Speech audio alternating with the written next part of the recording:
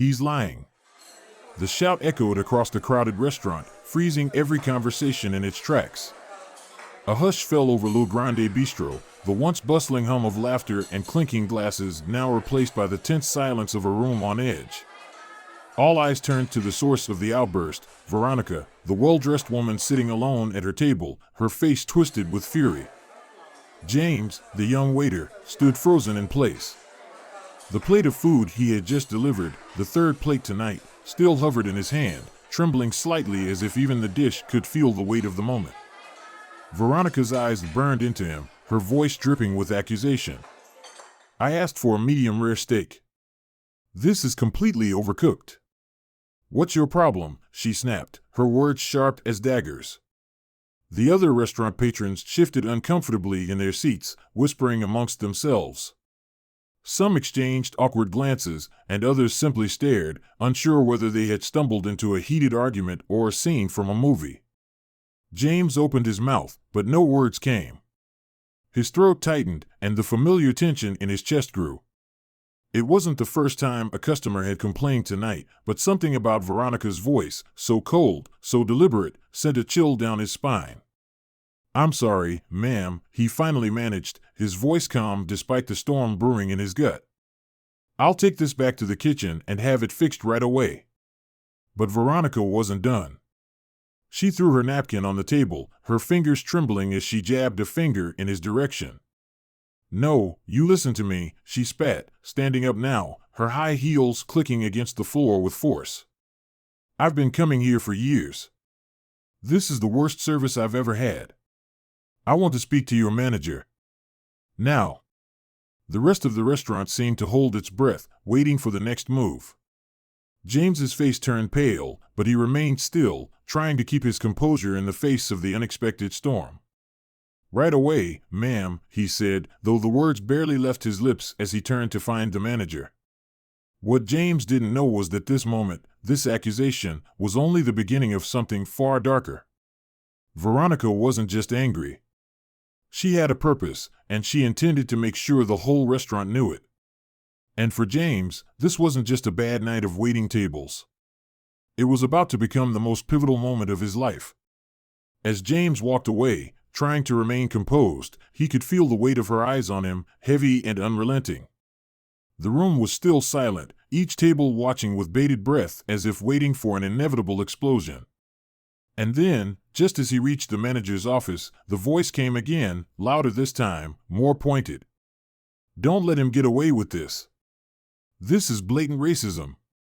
The words cut through the room, stabbing at the very air itself. The silence deepened, and for a split second, it felt like time had stopped entirely.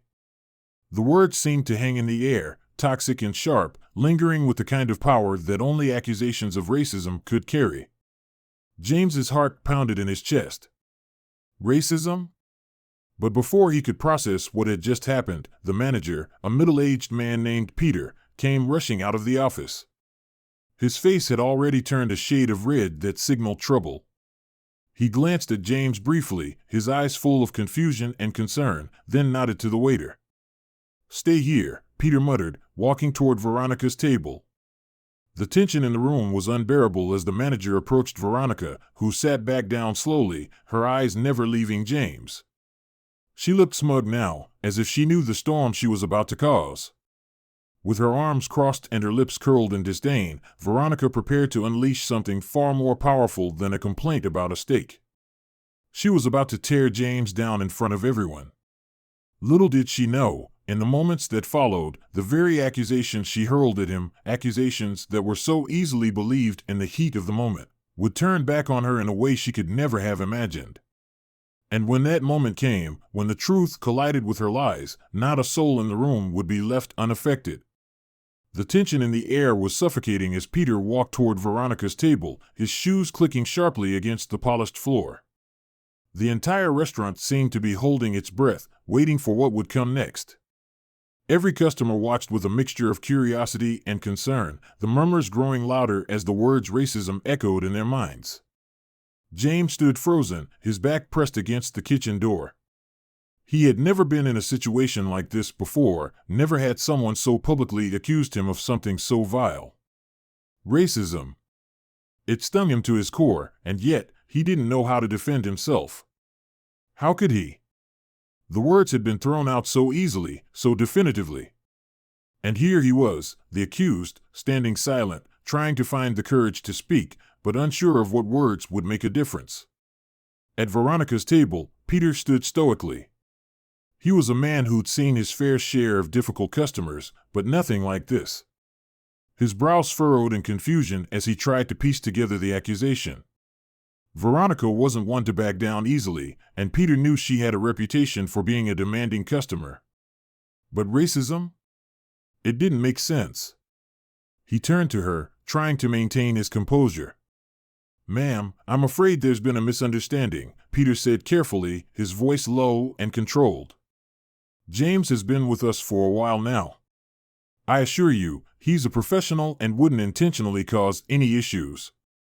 Veronica's lips curled into a tight, dismissive smile. "I don't care about his so-called professionalism," she snapped, leaning forward. "What I care about is the way he looked at me. The way he treated me when he brought my food. He thought he could get away with it, didn't he?" Peter's expression shifted slightly, though he remained composed. "What exactly do you mean by that, ma'am?" Veronica's voice rose now, tinged with anger. "It's obvious. He didn't take me seriously. He thought I was just another difficult customer. And then when I complained about the steak, he gave me attitude instead of apologizing. He didn't even try to fix it properly. It's all because of how I look.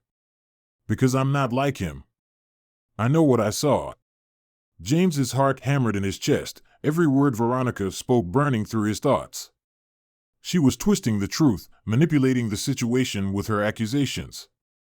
But the worst part was the way she made him feel, like his very presence was an affront to her, something unworthy of her time or respect. From the kitchen, he could hear Peter's attempts to reason with her, but they were weak, as though he wasn't fully convinced of what was happening. The words Veronica spoke were heavy with an authority that only a rich, entitled customer could carry. James knew that at this moment, his position was fragile, that one wrong move could cost him everything. As the seconds passed, James's mind raced. He had never been in a situation like this before, accused of racism. He wasn't the type of person who saw skin color before character. But now, as he watched Peter struggle to appease Veronica, he began to feel something shift inside him. He wasn't just fighting for his dignity anymore, he was fighting for his very sense of self. Suddenly, his phone buzzed in his pocket. It was a text from Sarah, his close friend and coworker who had worked at Le Grande Bistro for years. "James, I saw everything. I'm so sorry, this isn't right. Don't let her get to you. I'll have your back." For a moment, the reassurance from Sarah was a small comfort, but it wasn't enough. What would the other customers think? What would Peter think? How could he possibly defend himself in this situation? Back at the table, Veronica was growing impatient. "Are you going to do something about this, or should I just call the police?" she demanded, her voice rising. "I'll make sure this place loses its license. I'll make sure everyone knows what kind of people you hire here." James felt the floor beneath him shift as if the entire restaurant were tilting, about to fall into chaos. The humiliation of it all weighed on him like a stone lodged deep in his chest. He wanted to speak up, to explain that he had done nothing wrong, but the words stuck in his throat. What if no one believed him? What if the damage had already been done? Then, the door to the kitchen opened, and another figure emerged. It was Mrs. Emerson, the restaurant owner. She was a sharp, no-nonsense woman in her late 50s, known for her unwavering support of her staff and for running Le Grande Bistro with an iron fist.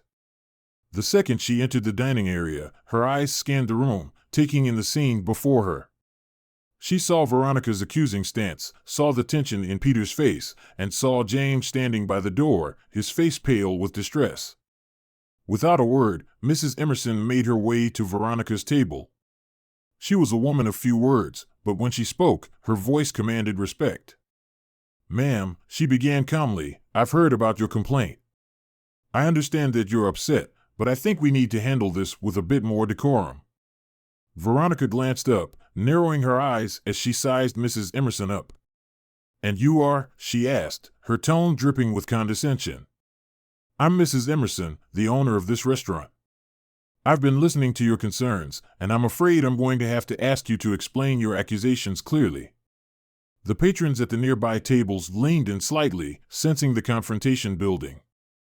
Mrs. Emerson's voice was quiet but firm, like a calm before a storm. Veronica's jaw tightened. "I'm telling you, this waiter here," she pointed at James, "has treated me horribly because of my appearance. He thinks he can get away with it. I want him fired, or I'm leaving, and I'll make sure everyone knows what kind of place this is." Mrs. Emerson stood silent for a moment, her gaze unyielding. "You've made some serious accusations, ma'am. I'd like to hear the specifics of what James did that led you to this conclusion." For a long moment, the room hung in silence, all eyes on Veronica. She seemed to hesitate, her expression faltering just slightly, but she quickly recovered. "He treated me like I didn't belong here. He was rude, dismissive, and I could tell from his face he didn't care about what I said." James could feel the weight of every word Veronica spoke, the deliberate way she framed the situation as if every one of her complaints was irrefutable. But then, something shifted within him. Mrs. Emerson had asked the right question. What had really happened? He wasn't going to let this go without a fight. James straightened, took a deep breath, and walked over to the table, his voice steady but strong. "Ma'am, with all due respect, that's not what happened. I've served dozens of customers tonight, and I've never treated anyone like that." Veronica's eyes flashed with disbelief. "Excuse me? Are you saying I'm lying?" James met her gaze without flinching. "I'm not saying you're lying, but I know how I treated you. I was polite, and I tried to fix the meal when you complained. You said yourself you didn't like the food, and I apologized and took it back every time." Mrs. Emerson's eyes flickered between James and Veronica. This wasn't just about a bad steak anymore. Something deeper was at play, something that no one had expected. Just as the tension reached its boiling point, a voice cut through the charged silence. A voice James hadn't expected to hear. Sarah, the co-worker who had sent him the text earlier, stepped out from the back of the restaurant. She wasn't supposed to be in the dining area. Her shift had ended an hour ago. Everyone turned to look at her, but it was her expression, serene, yet serious, that commanded attention. "James is right," Sarah said, walking toward the table. Her voice was calm, but carried the weight of someone who had witnessed everything. "I've been here the entire time. I saw what happened, and I can tell you that this isn't what it seems." Veronica's eyes widened slightly, a flicker of uncertainty passing through her features. "What are you talking about?" she demanded, clearly taken aback by the unexpected ally. "This man, this waiter, treated me like dirt. He—" "No," Sarah interrupted, cutting Veronica off firmly. "That's not what happened. Not even close." James felt a wave of relief wash over him. Sarah was someone he trusted, someone who wouldn't lie to cover up for him. But even as hope began to spark, the room's atmosphere shifted again. A new layer of tension thickened the air. Sarah wasn't just any employee, she was close to Mrs. Emerson, and her loyalty had always been unwavering. If she was about to back him up, it would turn the entire situation upside down. Veronica's face turned crimson, her fists clenching. "I don't care if you're friends with him. I'll take this to the authorities. This is harassment. I will sue this place for everything it's worth." Sarah looked directly at Veronica, unflinching. "I know you're upset, but we're not just going to stand here and let you accuse James without proof." "Proof?" Veronica scoffed. "I don't need proof when I've been treated this way." Mrs. Emerson, who had been silent up until this moment, raised her hand for quiet. Her sharp eyes shifted between Sarah, Veronica, and James. She was calculating, weighing the situation. "Sarah," she said slowly, "can you tell us exactly what you saw?" The entire restaurant waited for Sarah to speak. James's heart pounded in his chest. This was it. This was the moment that could either clear his name or sink him deeper into this mess. He held his breath as Sarah began. I was in the back, cleaning dishes, when I saw Veronica's table. I saw the moment James brought the food over, and I watched her face twist into a frown as soon as he set it down. The steak was fine, but she didn't like it. She was complaining, not about the quality of the food, but about the way it had been prepared. That's when she started raising her voice. I could hear her, and I saw the way she was talking to him. Veronica interrupted her, but Sarah pressed on, her voice unwavering. I heard the whole thing. She was rude, dismissive, and demanding. When James offered to fix it, she got even angrier. She started using language that I wouldn't repeat, things that made it clear she was treating James differently because of his race. It wasn't about the food. It was about him. James was stunned. He hadn't expected Sarah to call it like this, to make it so clear. Her words were exact, leaving no room for doubt. Veronica, caught off guard by Sarah's straightforwardness, shifted uncomfortably in her seat. Her arrogance faltered, but she quickly recovered. I don't have to listen to this, Veronica snapped. I'll have you all fired. But just as Veronica reached for her phone to make her threat, the plot took another unexpected turn. Mrs. Emerson spoke once more, her voice colder than before. Ma'am, I've seen enough, she said, looking down at Veronica with piercing eyes. You've made serious accusations, and I've listened to both sides of the story. But I think there's more going on here than what we've all been led to believe.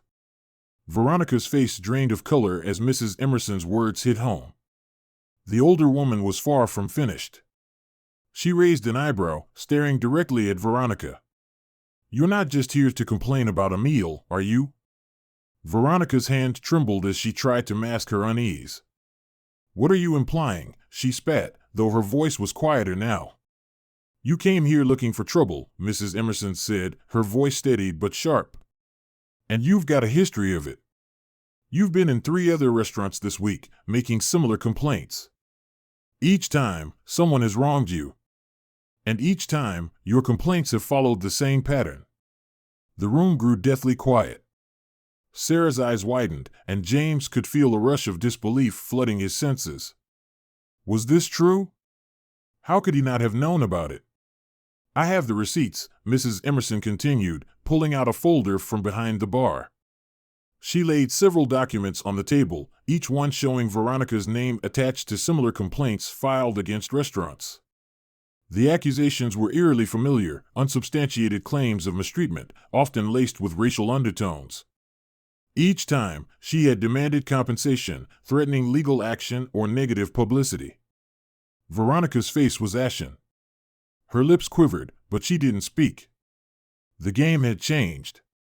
She hadn't expected anyone to dig into her past.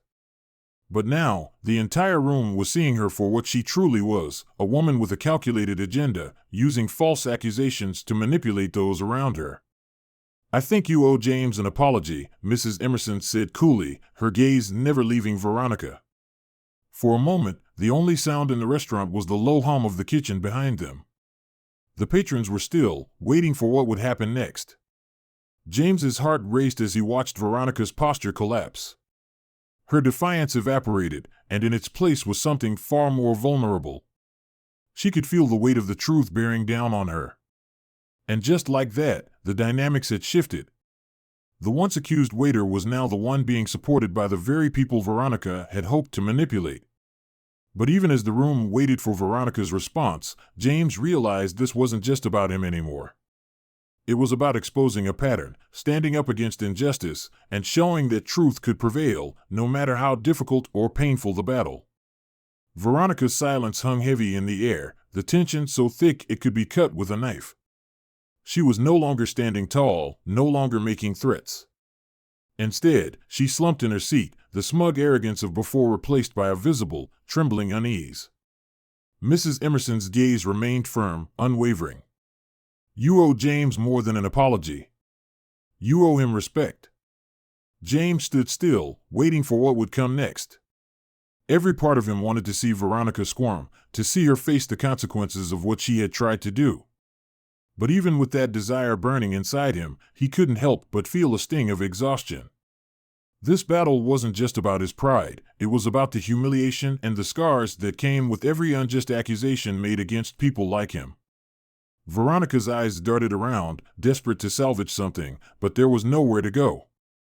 The staff, the other patrons, Sarah, everyone in the room was waiting for her to make her next move. It was as though time slowed as she considered her options. Then, without warning, her posture snapped back up. She looked at Mrs. Emerson with a cold, calculated expression, her earlier vulnerability completely gone. She opened her mouth, her voice dripping with venom. "This is far from over, you know. I'll make sure everyone knows about this." Her words were a final, desperate attempt to maintain control. But before she could finish, Sarah stepped forward, blocking her path. "You don't get to threaten anyone here anymore," Sarah said, her voice low but powerful. "You've been exposed for what you are, a manipulator, a liar. You think you can intimidate us, but all you've done is show everyone your true colors." Veronica froze, her eyes now locked onto Sarah, who stood her ground like a pillar of strength. In that moment, it was clear that the balance of power had shifted. Veronica wasn't just facing James anymore, she was up against an entire team that had finally woken up to her deceit. James could feel the heat rising in his chest. The hurt, the anger, it was all beginning to dissipate now. Sarah had come through for him. Mrs. Emerson had seen through the lies. And now, the truth was standing tall. Veronica stood up abruptly, but it was clear she had lost. There was no more fire in her. No more threats. She grabbed her purse, but as she moved to leave, she turned once more, eyes flickering between James and the others. "I'll be back," she muttered, but the words held no power. Mrs. Emerson nodded, her expression hard. "Don't bother." With that, Veronica left, her heels clacking harshly against the floor as she stormed out of the restaurant. The door swung shut behind her with a finality that echoed through the room. For a long moment, no one moved. Then, a quiet applause started from one of the patrons, followed by another, and soon, the entire room erupted in support. James looked around at the faces of people he had served for so long. They were all standing, clapping, showing their solidarity. It wasn't just a victory for him, it was a victory for everyone who had ever been wrongly accused, mistreated, or silenced. The applause slowly faded, but the warmth of it lingered in the air, wrapping around James like a comforting blanket. It was the first time he felt seen, truly seen, by people who had witnessed the injustice he had endured. In that brief, powerful moment, all the years of quiet patience, of bearing the weight of others' prejudices, seemed to melt away. Sarah walked over to him, her smile soft but knowing. "You handled it well," she said, her voice gentle yet filled with admiration. James nodded, still trying to process everything. "I didn't think it would end like this. I thought." "You thought she'd get away with it?"